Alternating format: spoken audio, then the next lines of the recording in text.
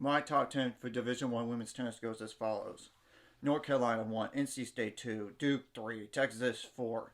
They have not played anybody. I can't really put them any higher until they play somebody. I mean, number 5 is Texas A&M, Georgia 6, Virginia 7, Stanford 8, Pepperdine 9, Cal 10. Those last two teams should have been playing this past weekend, but there was a COVID problem within Pepperdine, so they couldn't play that match.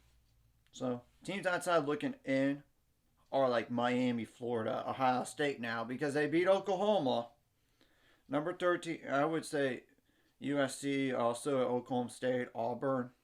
That's just named some teams right there. And Michigan would be on that list, but they're not like super high up. But I'm just saying they beat Oklahoma.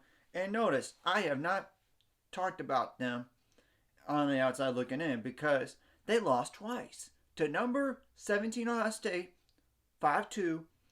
They won doubles against them, but they lost 6 first sets. Then Ohio State took like 5 singles matches. I mean, and let's just say Michigan, they lost. Michigan didn't win doubles either against Oklahoma, but they won, technically clinched at 4-1. But it ended up being 5-2. So, yeah. And ITA kickoff weekend's coming up. Starting this Friday or Saturday, depending on where it is. Of course, they ended on Sunday at the latest.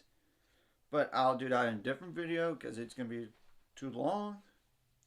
Now, the coaches poll, which there's only 2 more of these coaches polls.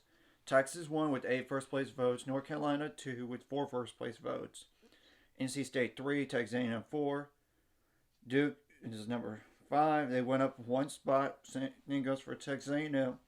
Georgia is 6. They went up 1 spot. Stanford State went up 1 spot at number 7. Virginia number 8.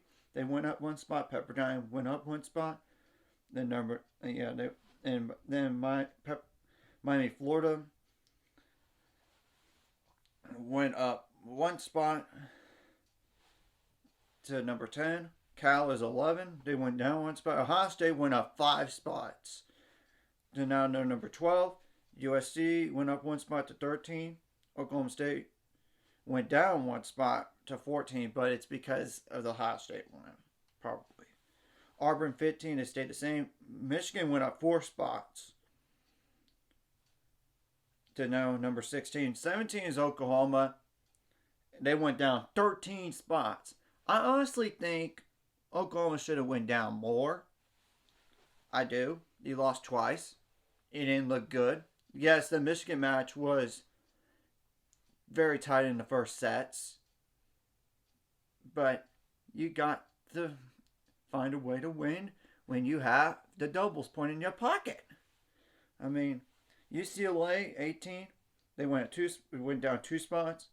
Arizona State stayed the same at 19. Florida went down 2 spots to number 20. Vanderbilt stayed the same at 21. Tennessee went up 2 spots to number 22. UCF stayed the same at 23. Iowa State went down 2 spots to number 24. I think Iowa State should have not been in the top 25, period. I'm sorry.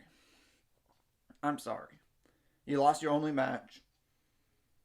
You don't deserve it. I mean, Georgia Tech stayed the same at number 25. But I will say, receiving vote teams are like Baylor, Kansas, San Diego, Wisconsin. I think Baylor's 4-0. They need to be in. I mean, yes, I know Rice was technically 4-3, but it was played out and it was clinched at 4-2. Now I know DePaul was very, very tight, and it was 4-3.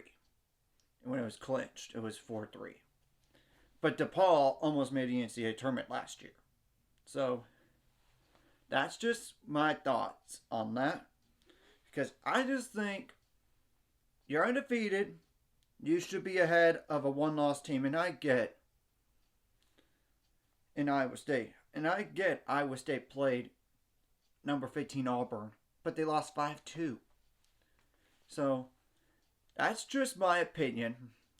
But after that, maybe Oklahoma dropped more because You lost twice to two top 20 opponents here. You might need to go down at least one more spot or two or three just to be fair. I mean, anyways, if you like this content, hit the like and subscribe button.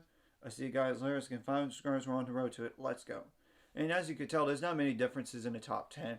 Yes, it's so hard to tell this year because I think there's like 10 national title contenders or 11.